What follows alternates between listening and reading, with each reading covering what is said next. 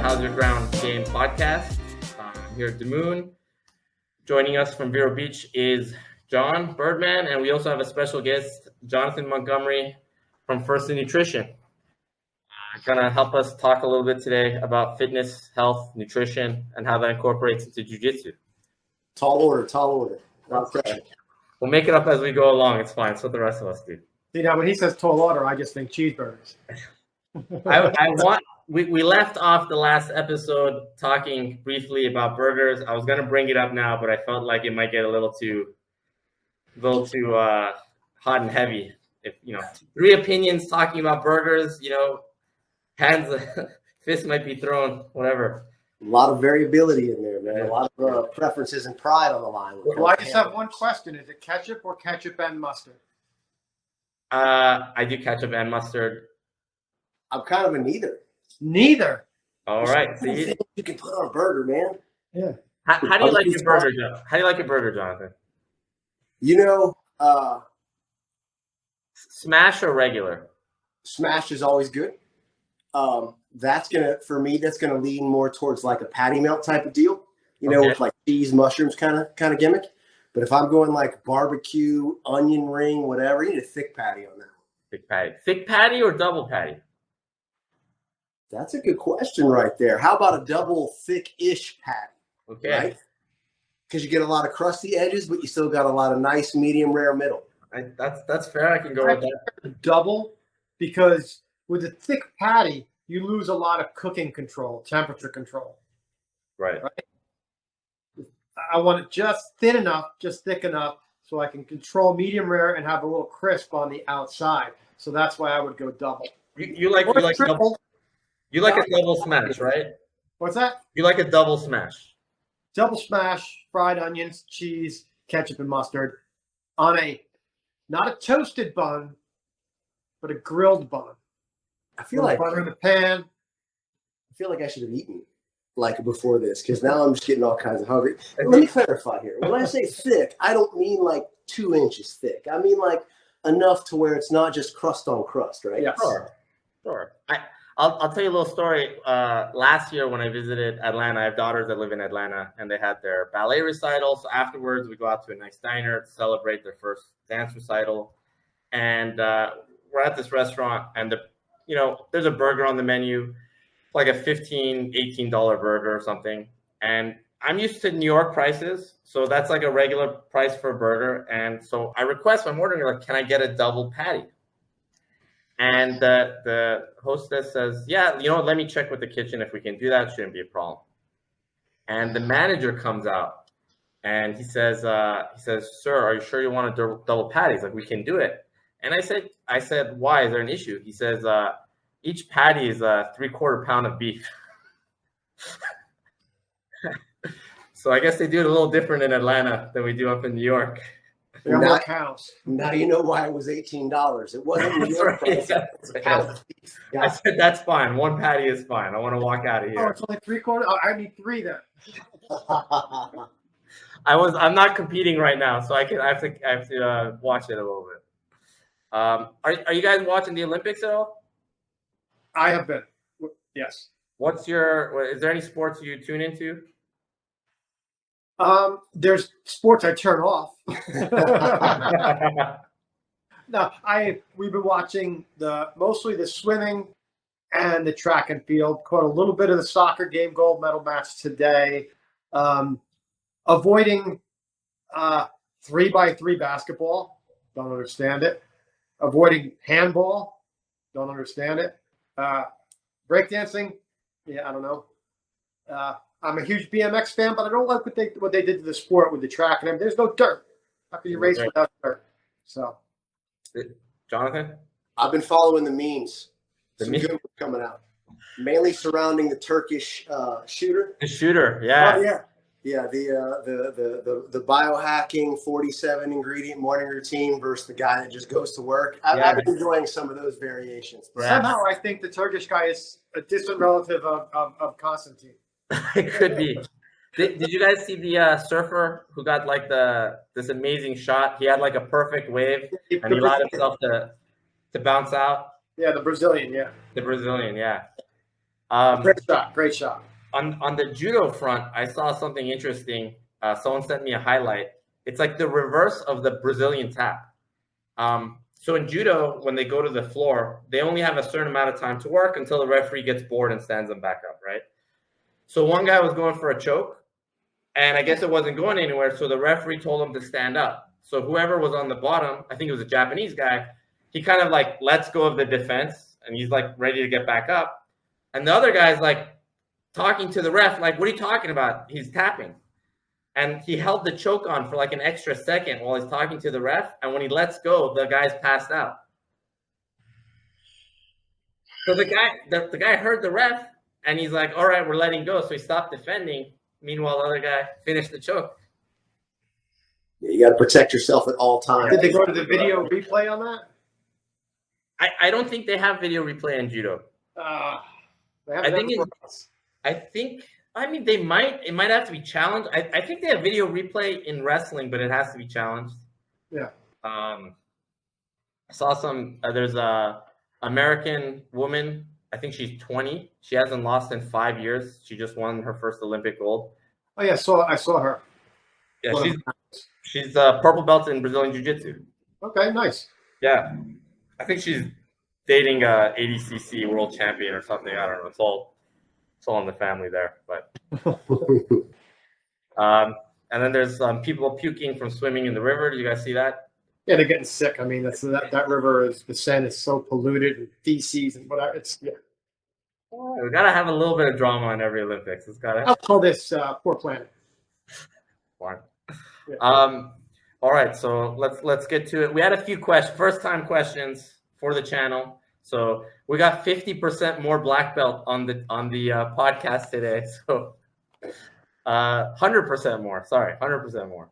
So let's make use of it. So first question came in actually from Peter. I was hoping you wouldn't say the name so we could guess who asked the question. Okay, this one's from Peter. Peter, should I not say for the second? You're not going to know the other person. So okay. All right. He basically says, is it important to roll with everyone on the mat?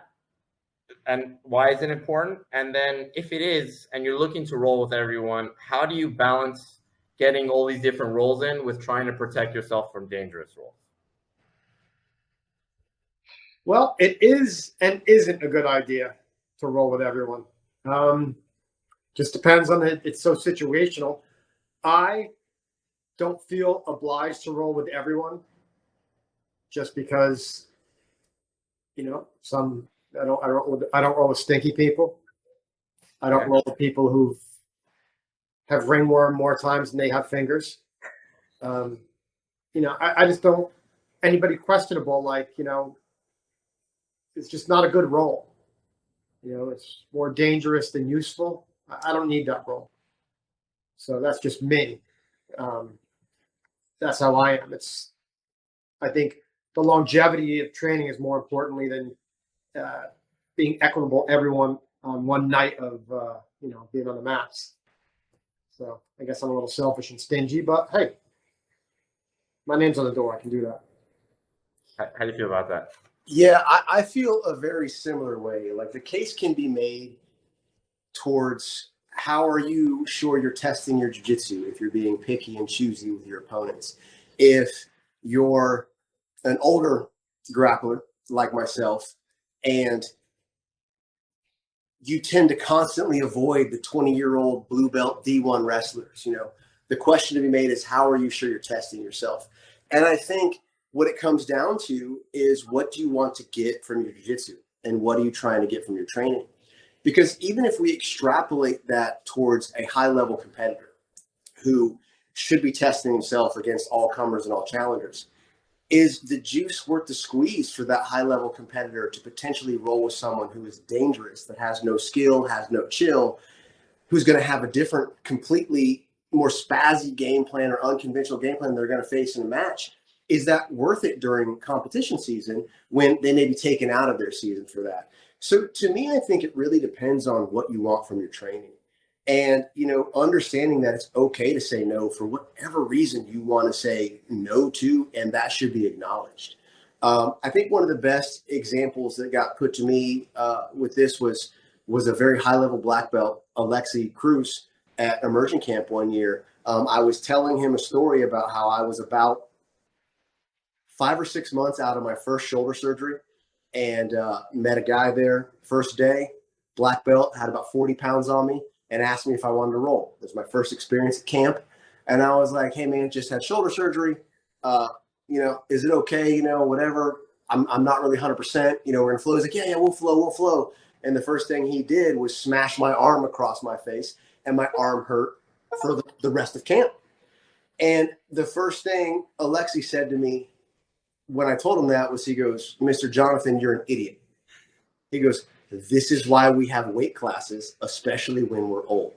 And, the funny thing is this guy, the other guy, he was definitely not a spring chicken. And, for all intents and purposes, he was a black belt. He probably should have known better to deal with someone with an injury. But that's the problem you run when you roll with people is everything's cool and everything's chill until it's not. And when something doesn't go someone's way, they tend to up the intensity. And, Greg Saunders put it best where he's like, we're really bad at modulating our intensity at a percentage-based level. Am I at 50% or 51% or 49%, or if it's 2 white belts and they're at 150%?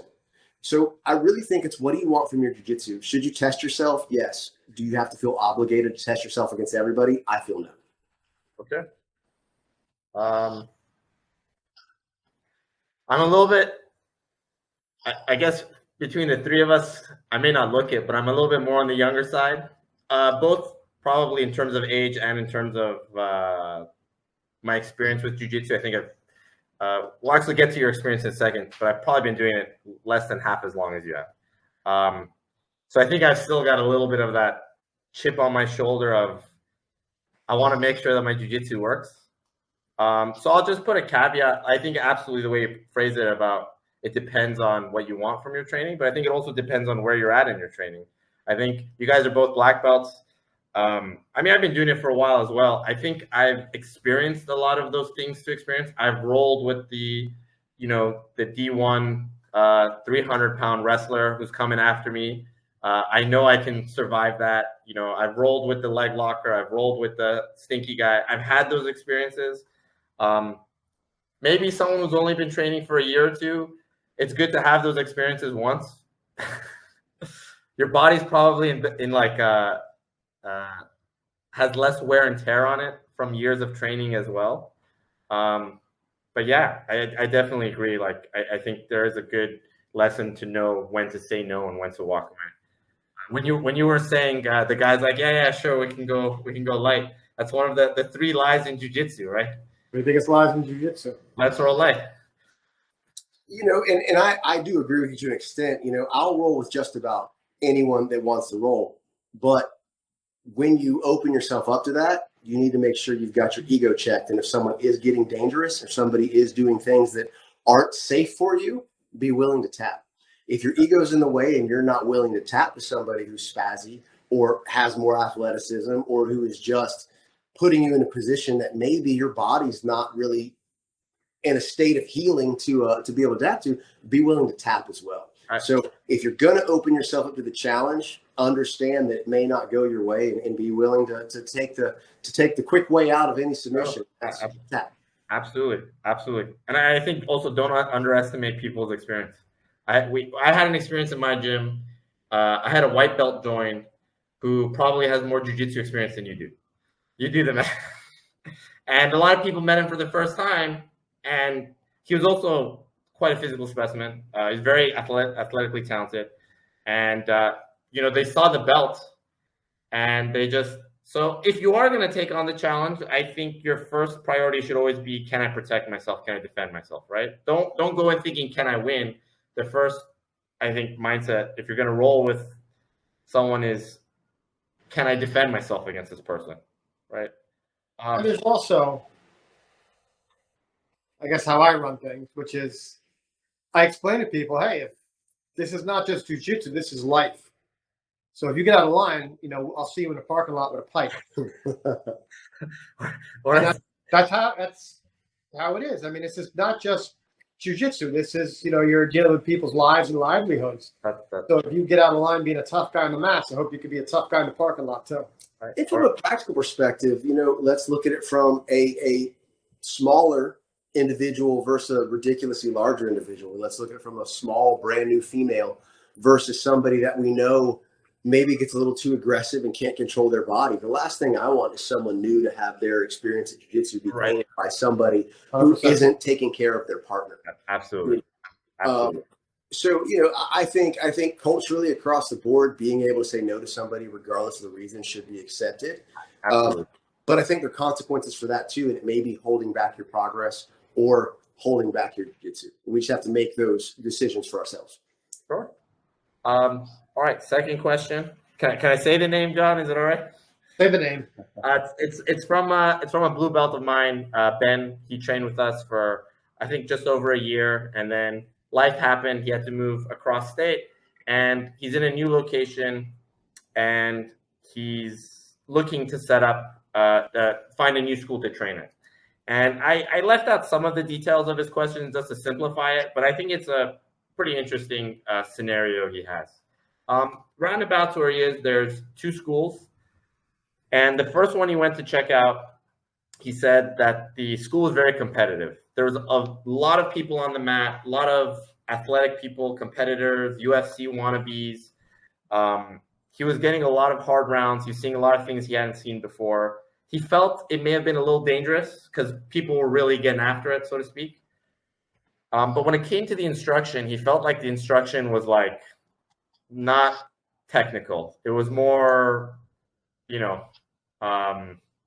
just grab. there's probably a lot of like boom in the instruction, like wham. The other school he checked out, he thought that the instruction was very technical. The vibe of the school was a lot more relaxed, more conducive to the way he's living his life. I mean, he's a pretty fit person, but he's also at a place in his life where he's probably looking to settle down a little bit more in career and things like that. But he felt that even as a blue belt, he was one of the more technical people in the room. He felt like the roles that he had there weren't challenging him. Okay. Well, it's certainly the second is certainly the safer, better bet school.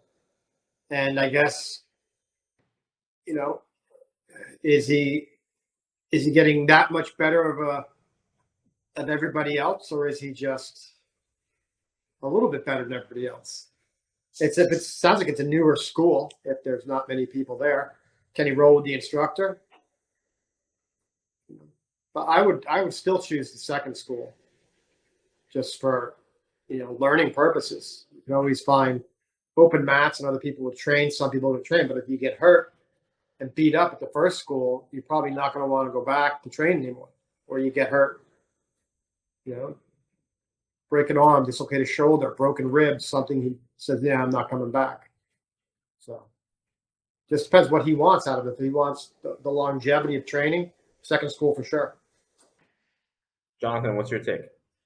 This is an interesting question, and it kind of circles back to the first question. What do you want from jiu-jitsu? And I heard a guy on the gram the other day, and I forget his name, coach, schooling, or whatever, and he encapsulated this so well. And he said, going to jiu-jitsu should be the highlight of your day. And he said, if it's not, you're in the wrong school.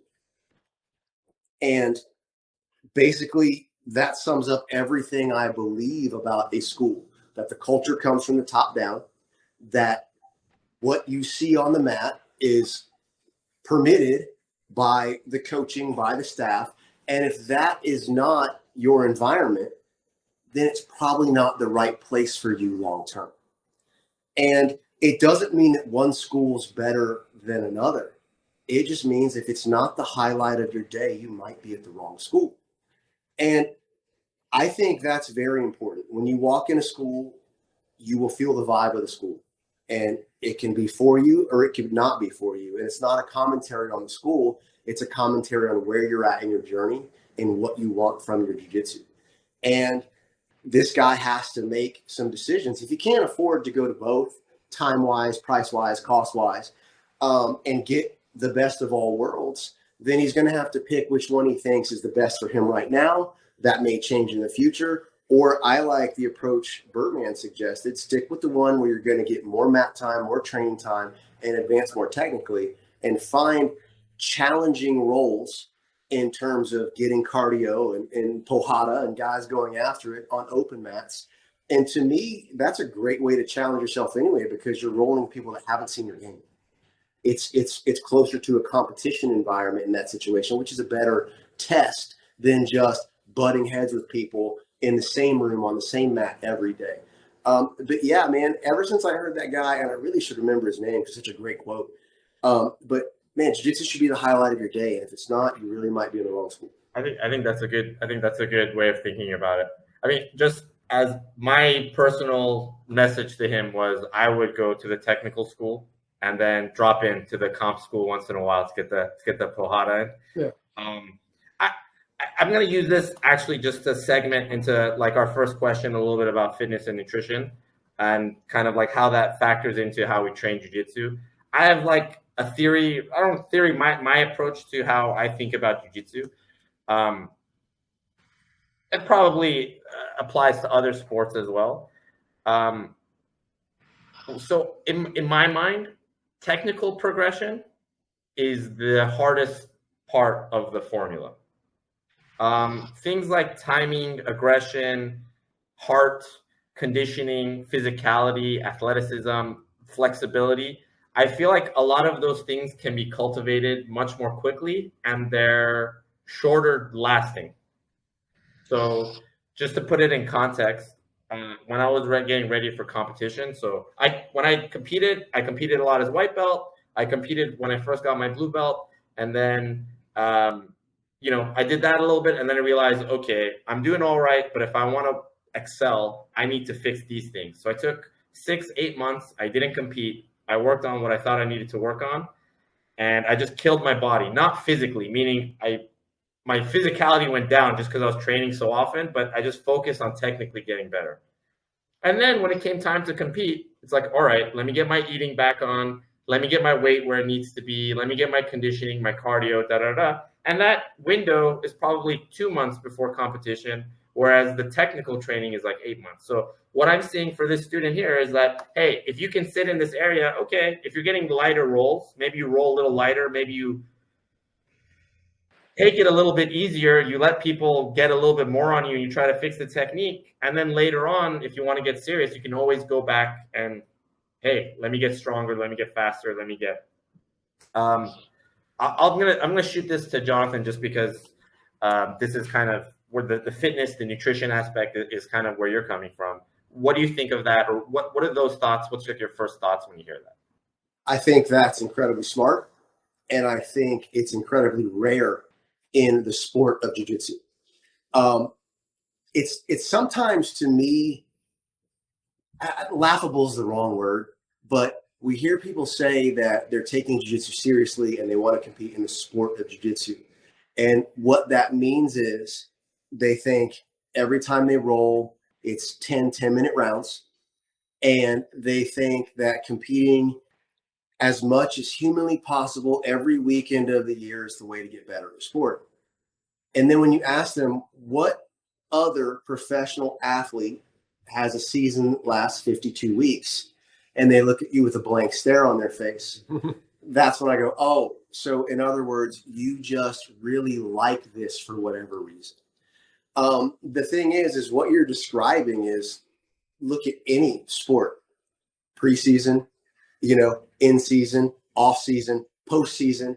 They all have parts where you work on recovery, you work on skill acquisition, you work on strength, longevity, and then you work on playing, and that's staying healthy enough to play every week.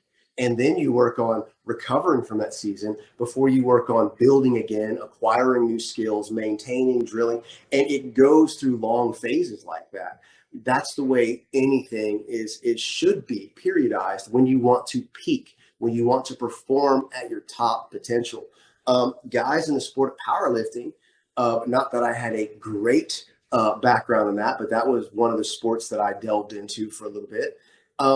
You peak on one day out of the year. That's when you should be maxing, when it's on the platform. Nobody cares how much you lift in training. Nobody cares how awesome you are in training, how many tens you rolled last week.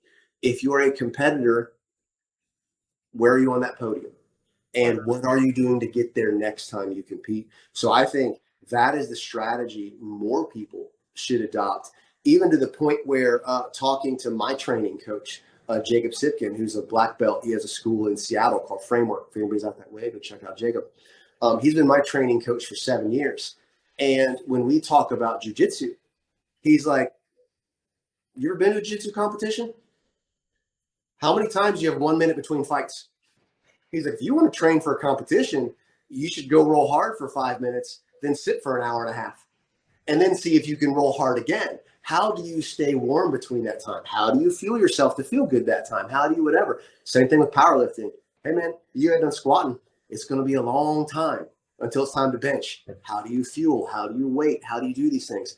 That's how you take your sport seriously. So I think the way you're looking at it, I agree with 100%. John, you got anything to add? No, I mean, it just makes sense, what you both said. It works. And I think people, the biggest cause of injury now is probably overtraining. And compared to 20, 30 years ago, I don't think it was funny. It's all I can think about is, if we think about training, competing 30, 40 years ago in jiu-jitsu versus today, there's huge differences as far as diet, supplements, surgeries, the science in the clothes we wear. There's so much technology in getting better, faster, and stronger, but it seems like there's more injuries, right? So I saw a clip this morning. Paris hosted the Olympics in 1924, 100 years ago. So the 100-meter dash was won by Noah Lyles at 9.76 seconds. What was the winning time in 1924? The difference. How much slower was it in 1924 than today? Probably fractions of a second. No clue. 0.8 seconds. 10.6 seconds in 1924. And you think about 100 years of technology, carbon fiber shoes, the clothes they're wearing, the way the track is constructed, you only shaved less than a second in 100 years with advancements in training, working out, health, diet, sports psychology, all of that. There's only not even a full second off that time. So, in jiu-jitsu years ago, nobody competed that often. Nobody trained that hard, right? Competitions, you had the Pan Ams, the Mundials, and a couple tournaments here and there. There weren't tournaments every weekend. And I think tournaments, it's not to test you. It's somebody needs to make money. And I think that's what all these tournaments are about is cash. And just like pitchers in high school have to have surgery on their shoulders, where they used to have to wait till they're in their 30s to have that. It's you're overtraining, you're overworking, you're doing too much. I think my perspective on competitions changed a little bit after I opened my own school, and I get to see the solicitations from people that are running competitions. Oh, I'm like, yeah, there's a lot of competitions, and there's a lot of, definitely. It's a hobby, and everyone's trying to get their piece of the pie, right? And what percentage of jiu-jitsu practitioners compete? What, compete like competitively? Compete. 20%? I think it's way less than that. 3%. 3%. That's wild. Yeah. There's so much attention on it. I know. Every school is like vying. They're chasing that 3%. Not me. I'm looking for the 97%. Yeah, that's 97% is probably going to last a little bit longer. Also, in terms of it's going to be at your school. before I want to dig in a little bit more into kind of fitness and training, but I just wanted to give Jonathan just an opportunity. Your background, we didn't really introduce you. How did you get into nutrition? How did you start First in Nutrition? We can talk a little bit more about the First in Nutrition at the end of the show, but just your background and kind of how did you get started in jiu-jitsu? How did those things come together? Yeah, they're definitely a little bifurcated. I started in jiu-jitsu around 1997, 98 era. I had a buddy go up in college, and he came down. He wrestled all through high school, and all through high school, I could have sworn I could have took him. You know, it didn't matter that he was fourth in the state. Whatever, bro, I got you. And he came back from college, and he had a stack of VHS tapes with these things called the UFC on them. And we started watching this stuff, and he's like, yeah, I've been training this, you know, we should all get together and train. And I'm like, whatever, bro, let's go. Let's bang. Let's bring this on. And he proceeded to round up everybody he went to high school with and rolled his little 10 by 10 wrestling mat out in the front yard and just proceeded to dismantle and choke the living crap out of everybody. And when it came my turn, I think he could tell like my frail ego was going to be just destroyed. So he worked me over pretty good. Then he showed me some stuff. And I was hooked instantly. And I remember my buddy, my neighbor, who was a year older than me, a high school football player, came by. And I got to take him on. And I said, hey, bro, you should come try to do this stuff as he drove by. And I remember taking his back and choking him out and him in disbelief because he thought he could kick my ass the whole time we've known each other. And it spawned from there. Fortunately, even though it was that far back in the day, Gabe, that's my buddy, he had met a guy named Roger. Roger knew a guy named Ross that they had met together. Ross had a huge grappling background, was doing jiu-jitsu, started training out of a taekwondo school in Lakeland. And it was just one of those things where I trained for quite a long time and that was when I joined the fire service. When I joined the fire service, a good amount of time later, that's when I ended up taking a decade off. You know, in between there, I was in punk rock bands, touring the country. So I had a lot of broken service, you know, in between those years anyway. But when I joined the fire service around the time I turned 30, so I don't even know when that was, probably 08, I took a decade off.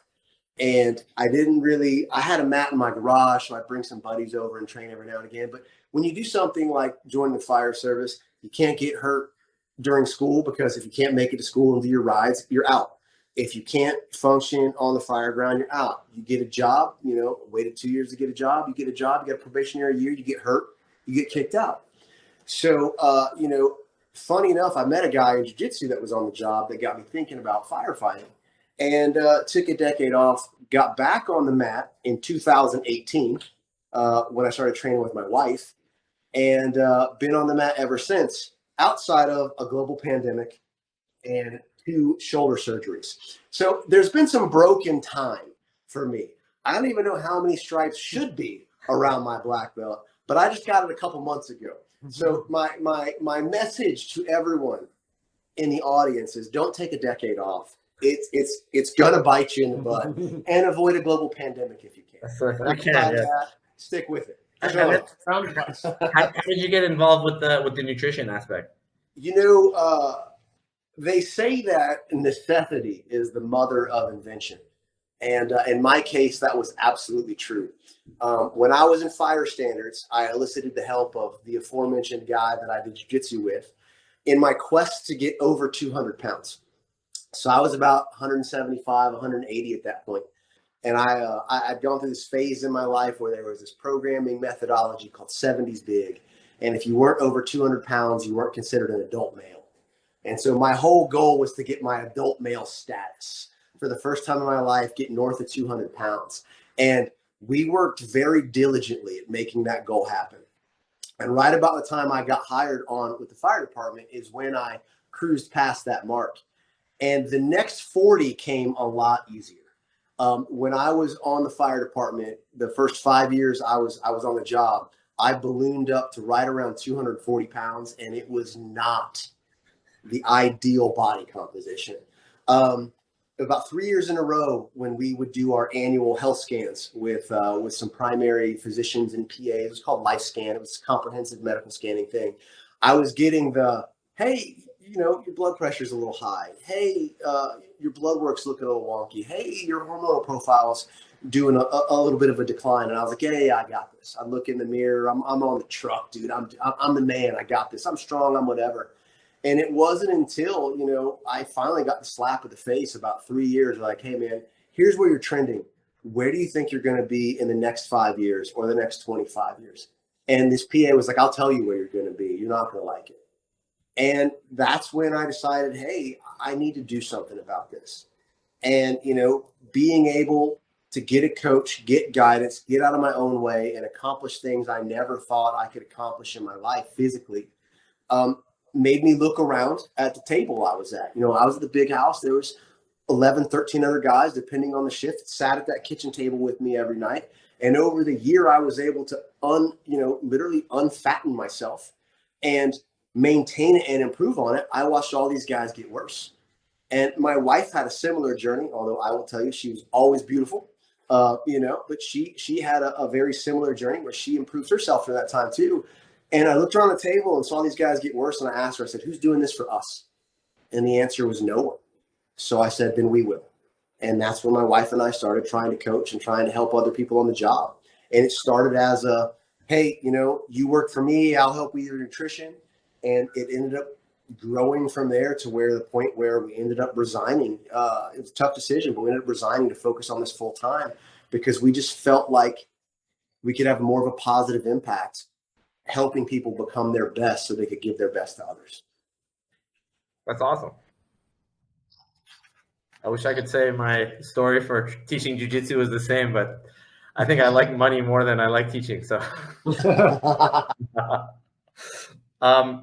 is there, with your experience with jiu-jitsu, and you've trained in a few different places, right? And I want to touch on that a little bit, but if you can think of like just a few small things, because I think the average person, again, like we're talking about the 97% realistically, who are not looking to necessarily be super jacked, super, bench press, 300 pounds or whatever. They're just looking for longevity, health, like you're saying. They want to, but jiu-jitsu does have a lot of demand on the body.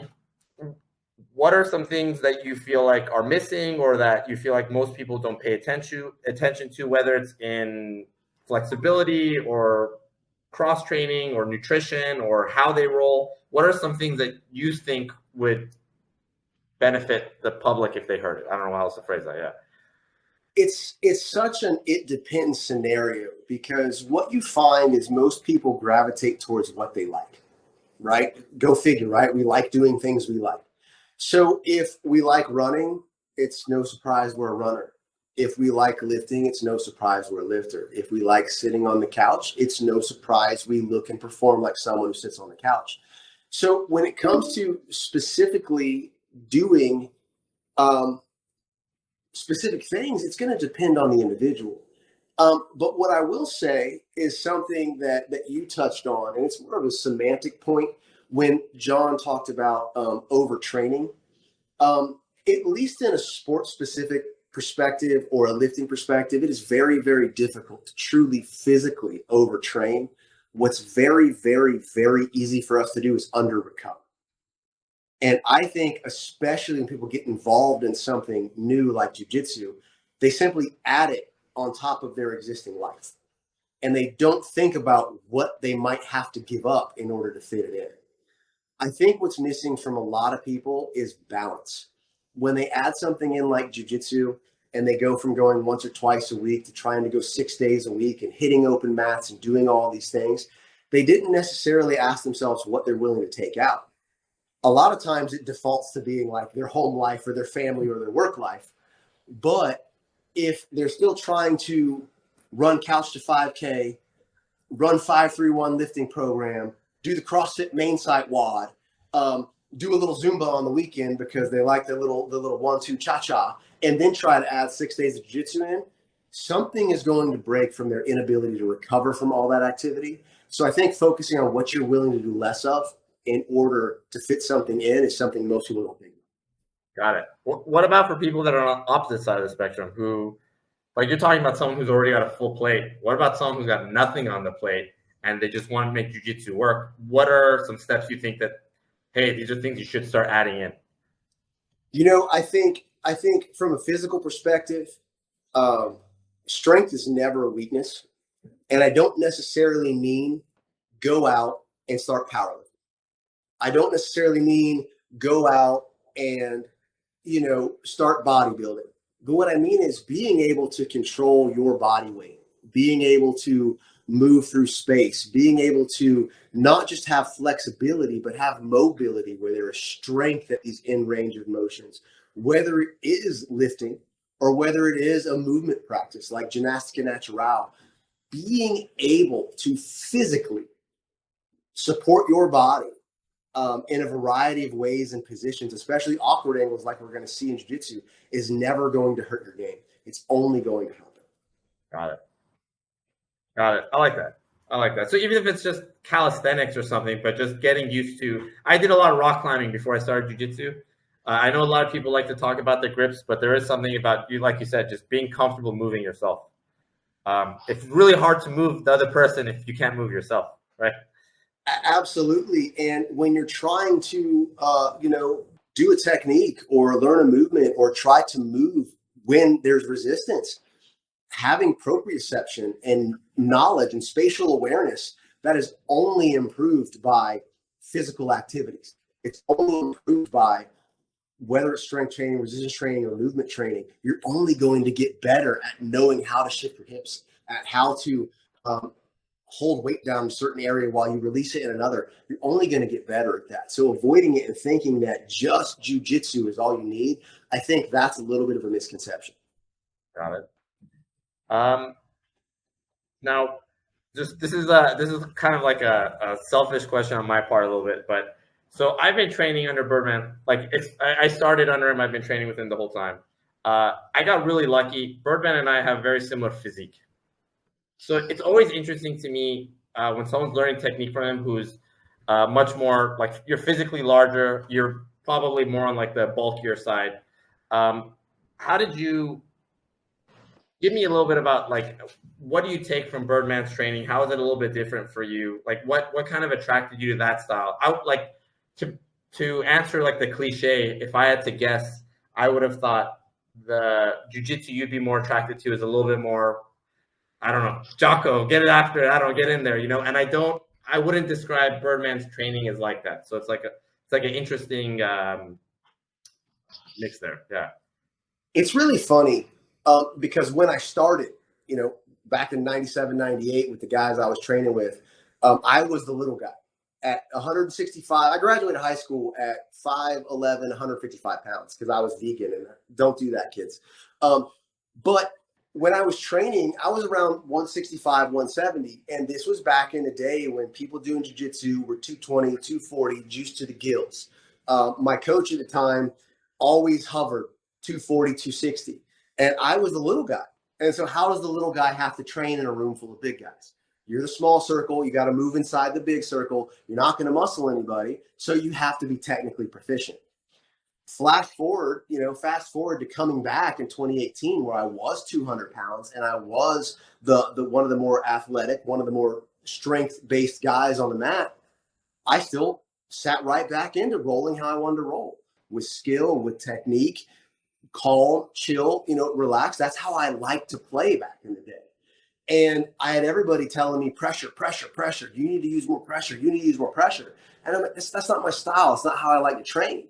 And, one guy, an older grappler, came from the same background I did. He goes, hey, man, do the small guys ever slow down for you? Do the bendy guys ever get less flexible? He said, this is your gift right now. Use it. And that changed my brain a little bit to where it's like, okay, when it's time to stop you from moving, I will put pressure in a right spot to stop you from moving. But that's not what attracts me to the sport. Smash people, yank things, dropping elbows, driving my forehead into chins. That's not what attracts me to it. That's not the reason I've been doing it this much. It's not the reason I wake up thinking about it and go to bed thinking about it. I do that because I'm looking for, how do I improve? What is the most efficient, most effective thing I can find to get better? Because for me, continuous self-improvement is the entire purpose of existence. So we should always be trying to get better. And smash harder, that doesn't appeal to me. It appeals to some people, and that's fine. But whether it's just not cerebral enough, it's not efficient enough, it's not effective enough, it doesn't work against somebody who can smash me harder, it just doesn't appeal. So the first time I ever trained with John, 2020, 2021, yeah, we came over here. Funny story how I even found out that, my neighbor was a 4th degree Renzo guy. I thought the guy telling me about, you need to meet my friend Birdman, he trains UFC. I was like, sure, bro. Finally, my wife was wearing a jiu-jitsu shirt and ran into John's wife. And she's like, oh, you do jiu-jitsu? She's like, my husband does jiu-jitsu. And Ann goes, is his name Birdman? And she goes, his name's John, but yes, you can call him Birdman. When I found out he was real, like I was like a kid in a candy store, like losing my mind. Like I would walk by his street and says he was still in New York, and I'd be like, yo, Birdman, what's up? My neighbor, just being an idiot, right? And when he invited me over to train, I forget what he even showed, but the position he did and the way he utilized leverage, it was like something I had never seen, something I'd never felt. And here's this guy who, is, I'm not that much bigger than he is, but I'm considerably larger than he is, like pretzeling me up to where I can't move, and I'm just laughing. And I was like, I have to learn that. I have to learn that. And everything from the way he teaches a technique to the way he explains the methodology behind it, to his principles, to his laws, to his whatever, it just makes sense. It just makes sense, and it just works. And that's what I gravitate towards so much is when I leave a training session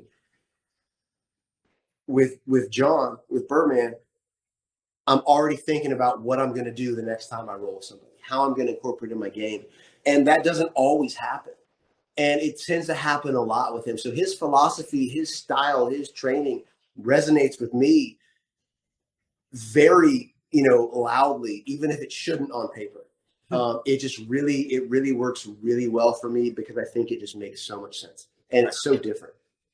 I appreciate it. I apologize for stereotyping you as the smash more guy.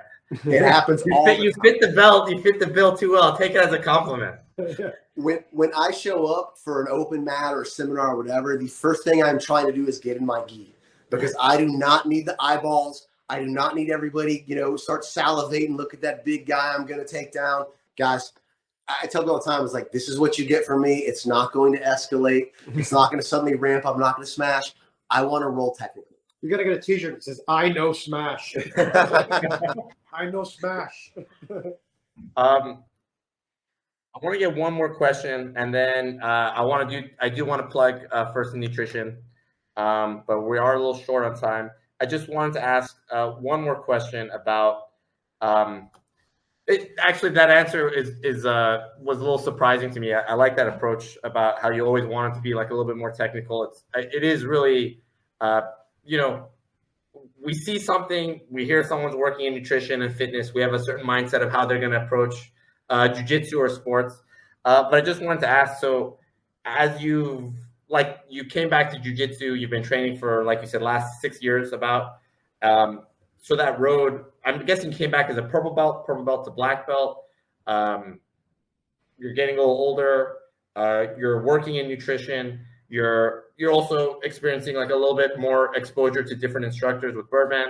How do you feel like your jiu-jitsu evolved from purple belt to black belt, not just in terms of technique, but in terms of what you think of, what's important to you, or what you think is important technically, if that makes any sense? It's a really good question. And when I came back in 2018, the first thing I found out is everything that was a part of my game is now considered against the rules. So you couldn't heel hook in a gi. You couldn't, do all these things. There's a thing called reaping that I'm still not sure I understand, right? All of these things going on that really nullified everything I did. So I had to dramatically change a lot just simply from coming back and the rule set being so different from how we trained. And, you know, over that time, through going from 2018 to 2024, going from 2-stripe on a purple belt, which had a lot of dust on it, to just getting promoted to black belt, I think what's changed for me is a lot of what I try to convey to people as soon as they're possibly able to understand it. And that's, instead of just doing jiu-jitsu, instead of just going out there, shaking hands and trying to just figure it out all willy-nilly, have a plan. Know what you're working on every roll. Know what your home base is. Know where you excel and know where you want to get. And the sooner you can actually start truly developing your game, the more reps you get in on playing it, and the better you're going to get. And you're going to compress that experiential time so much so because you're going to have a plan. And, you know, it's very much like nutrition. Trying to just wing it and guess your way to success, very, very unlikely. But if you have a plan and you follow it and you stick with it, it's amazing how much progress you can make. And that, I think, has been the biggest change from me 98 to 2018 to 2024 is I know what I'm trying to do and where I'm trying to go now. And I don't really care what you're trying to do. You know, not that I want to, you know, quote the one of the greatest philosophical poets of our time, Birdman, but your jiu-jitsu is great. Your jiu-jitsu is awesome. I'm happy for you. I want nothing to do with your jiu-jitsu. We're going to do my jiu-jitsu. I think the sooner you can start building that and start developing your game, I think the better it's going to be. And that really was a recent, you know, development in this last block of training. Awesome. All right, John, did you have any questions for Jonathan? Anything that, you know, or Jonathan, do you have any questions for Birdman now that he can't choke you like on the mat? Something. That is a very interesting proposition, because normally I definitely have to watch myself, because if you ask the wrong question, you're going to pay for it eventually. It may not be immediately, but I know you're pretty familiar with being the uke for Birdman. Yes. And how there's a lot of I'm sorry's that go out, both before he does the technique and after. He might be holding it a little bit longer as he's explaining or whatever. There's a lot of I'm sorry's involved, and I have a feeling if I get too far out of line, there's going to be some extra I'm sorry's coming my way. So I'll share an uke story with you. The worst is when there is no I'm sorry. So, the first time I went with Birdman to another school and he was doing a seminar, and I think he was just in the zone and he was showing the technique fully. I don't know how else to put it, right? He was showing the technique and he was just doing it the way he would do it live. And it was a stack pass with a slice on the thigh. And I remember thinking in that moment, this is bad. This is bad. And he was teaching, right? So yeah, so it's when there's a I'm sorry, he's conscious of you as a human being and your feelings, and he's being intentional about what he's allowing you to feel. When there is no I'm sorry, that's when you're in trouble. It is definitely an interesting situation to be in, for sure. I've had it with other people, with Jamie Cruz, who's John's old training partner. I've been his uke a couple times, also super gentle. But someone asked him a question, and he was kind of like, sometimes someone asks you a question, and you're just going through the movements, and you're like, oh, they do this, and you do this, and he was kind of doing the technique as he would if it was live, and the pressure he put on my abdomen. I've never squeezed so hard. But yeah.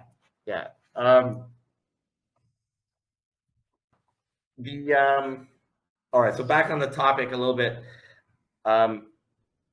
In terms of balance for jiu-jitsu, it's something that we discussed last week. What is balance for you? I mean, you've mentioned this a couple of times, and I do like this perspective. I think a lot of people forget about this, is like, what do you want to get out of your training? How do you that? And I'm sure I actually do want to talk about First in Nutrition. Let's talk about it for a minute. What is First in Nutrition? What do you do? What's the service you offer? How does it work? You know, basically, it's one of those things where when people ask you what you do, you can either take 40, plus minutes to 4 years to explain it, get people to believe it, or you commoditize yourself and you say, I'm a nutrition coach, right? If you ask Birdman what he does and he says, oh, I'm a BJJ coach, does that actually explain to you what training with him for years is going to be like? I actually tell people I work at Taco Bell when they ask me. That's a good answer. Because the conversation just ends immediately. So have I figured out the most perfect way to explain First in Nutrition? No, 6 years later, I haven't been able to figure it out. We actually start now by asking questions. Somebody asks me, hey, what do you do? I go, hey, what's your favorite food? Burgers. We teach you how to eat burgers and still make progress, man. That's what we do. We teach you how to find balance with the foods you enjoy and to find a plan that fits your life and not feel forced to make your life fit a plan. The truth is, man, if you're not taking care of yourself, you cannot take care of anything else.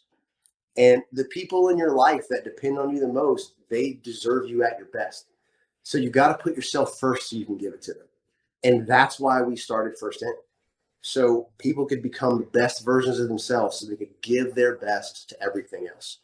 Being on a job, serving in the military, being an entrepreneur, being a parent, being a teacher, doing whatever it is you're passionate about takes a lot from you. And if you're not working on actively refilling yourself and putting yourself first, you're going to eventually erode and you're going to eventually degrade. And you're not going to be able to put your best effort on the mat, put your best effort with your partner, or put your best effort into anything else. And that's truly why we started. To give back to people, taking care of others, serving others so they can take care of themselves. Got it. So the same thing you've been saying the whole time about what your goal is, I'm assuming that's your same approach to the nutritional coaching, as you call it. Like, what do you want to get out of this? Absolutely. Not everybody has the same goal when it comes to the physical condition they want to be in, the lengths they're willing to go to achieve it, their background with food, their relationship with food, and their ability. Somebody who wants to maximize their performance versus somebody who wants to improve their health versus somebody who wants to put weight on versus somebody who wants to improve their body composition through reduction in body fat. These are all different avenues to take, but the one common denominator is improving and getting better. And I think the biggest aspect of it is finding what the person really wants to accomplish. If you tell me you want to lose 5 pounds, that's probably not going to motivate you to do much.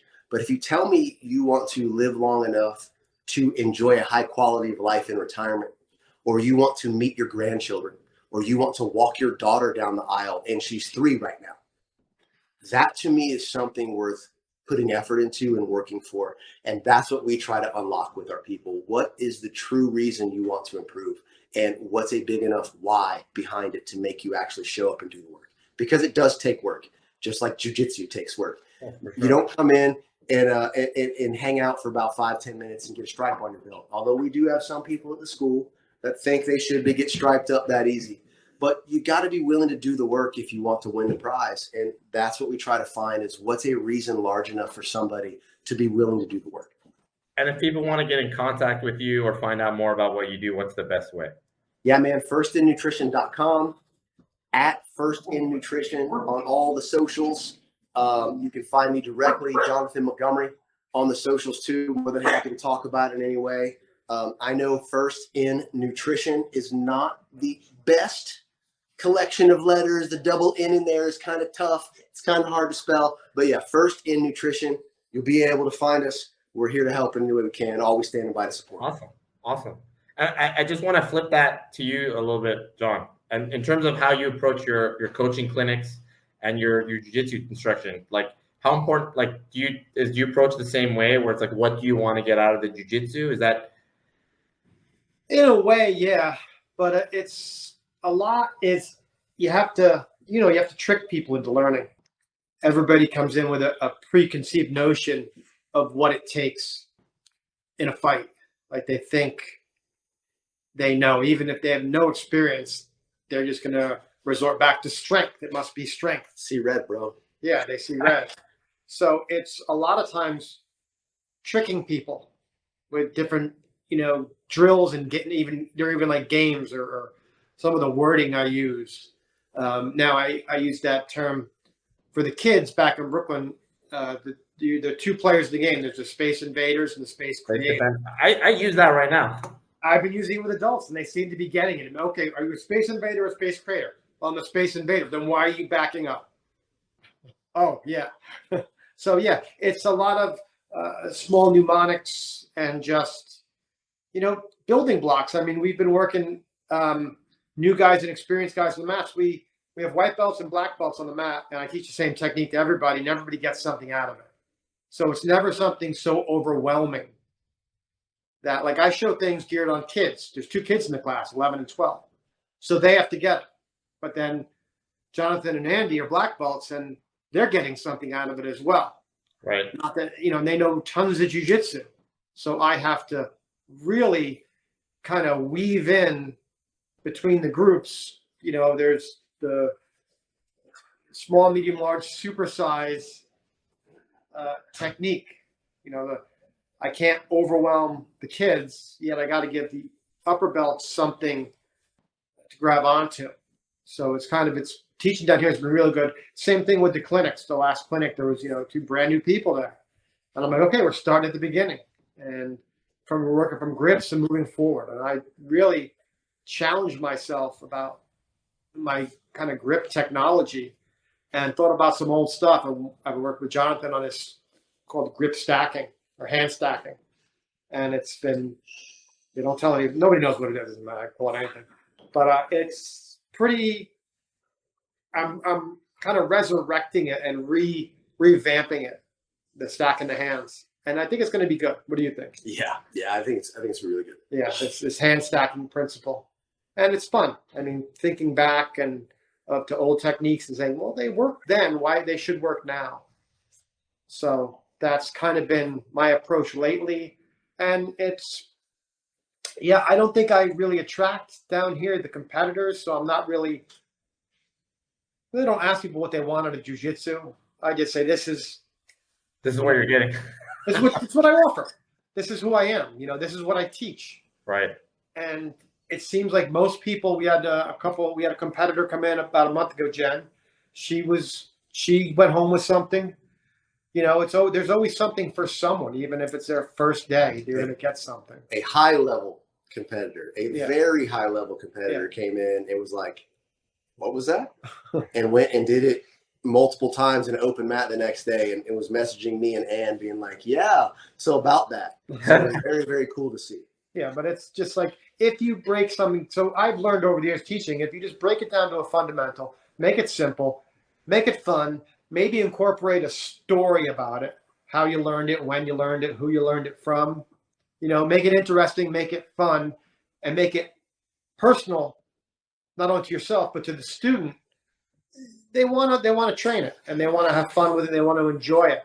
And it's, we're seeing students using stuff and, retaining stuff. Everybody's taking notes and taking a good approach to it. So yeah, it's not really what you're looking for. It's, hey, this is what I offer, and it seems to be working because a lot of people are getting better. So that's it. That's the wash and fold. That's the wash and fold. One last question for you guys. There's a statement I personally disagree with. Maybe not fully, but there's I'll call it a lie that we tell people that to get from white belt to black belt. A black belt is just a white belt that kept showing up. And I like the idea of it. I think it's nice. I think my personal experience, again, it's smaller, but I've seen a lot of people who've adopted that approach, and I've just seen them kind of like they get to blue belt and it's just a long line. And I think Jonathan's touched on it multiple times, both in terms of how he talks about training, how he talked about approaching nutrition and fitness, is intentionality, goal setting.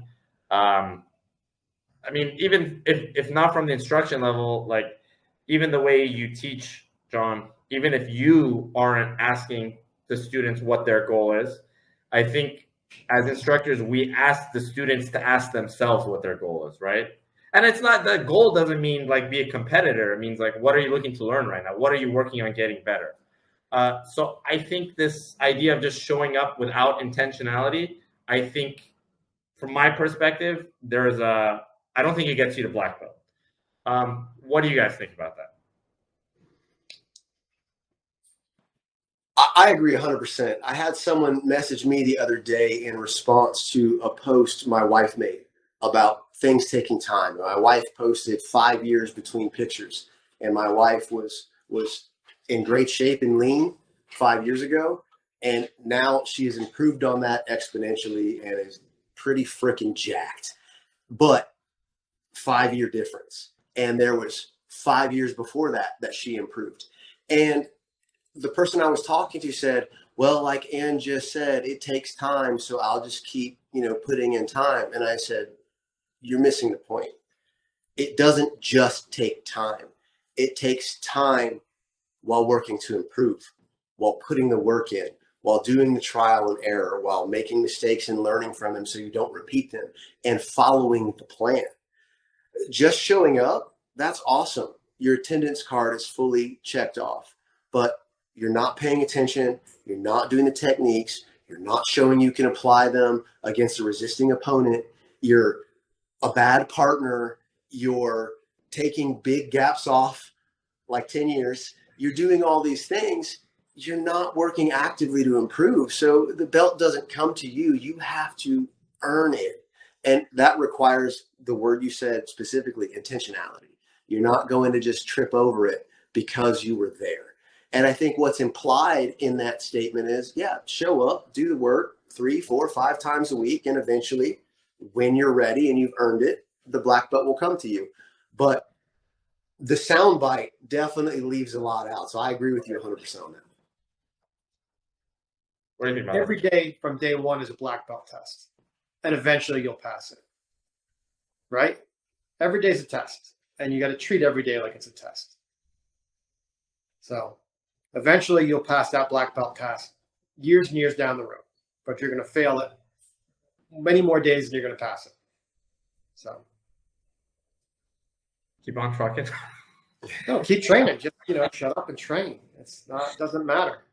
Eventually you're going to, if you work as hard as you work and you pay attention and you do what you're told, eventually you should get it, but you just got to shut up about it and just train. Just train. Train, stay on the mat. It's kind of like training to a degree, like fitness to a degree. No one ever really starts working out to look worse, right? Right. You want to improve. I don't think anybody ever starts jiu-jitsu with the goal in mind of I'm going to be a white belt forever, right? People do want to get better. And, in our society, Western world, we like to be recognized for our achievements, maybe a little bit too much. But when you make the goal, the milestone, the trinket, the widget, when you make that the metric for progress, it becomes a faulty metric for progress. It's no longer actually a good measurement. Understand that the belt is a representative of a skill. It doesn't bestow skill upon you.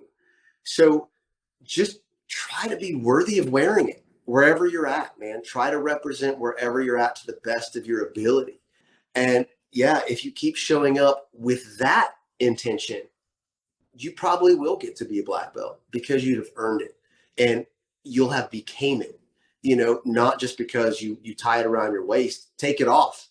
Is he any less of a black belt when he's not wearing it? No, because he's earned it. Whereas anybody on the street can order one off of Amazon if they really want to. Right. But they didn't earn it. So the time is immaterial. It's the skill and, who you have to become in order to be worthy of achieving it. I think that separates it. Awesome. Thank you, guys. That's about it for today. Do you guys have any closing thoughts? Anything you want to throw out there? I'm just stoked to be here. I apologize for being so quiet and having so little to say, causing us to extend the normal time of How's Your Ground Game. I will work on being better in the future. I think the next time we're gonna have to add Ann to the couch as well, and we're gonna see how many people we can stack onto the couch over at Birdman.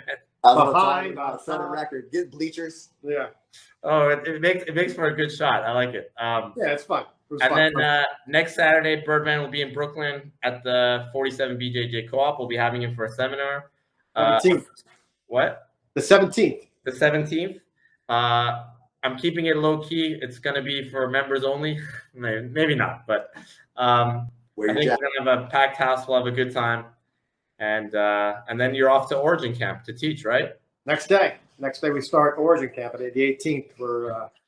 Are you going to Origin Camp too this year, Jonathan? Yes, sir. Stoked to be there. All right, awesome. All right, so then maybe we'll get you guys to do another podcast from the premises. Hey, stranger things have happened. It's gonna be interesting, man. I'm representing Birdman this year, man. I gotta toe the line. I gotta make sure it's good to go. You gotta get up at 5 with the guys that are lifting weights and make sure they know what's up. Negative, sir. Negative. So you gotta sleep late and get the class late like I do. That's right. That's how you represent. Yeah. You gotta get to the cookies before. You gotta get to the cookies before they're gone. That's what it's really about. Factual. All right, guys. Thanks for joining, Jonathan. Thanks so much for joining as well. And then have a great weekend or whatever day of the week you guys are watching. We'll see you guys next time. All right. Take care. Thank you.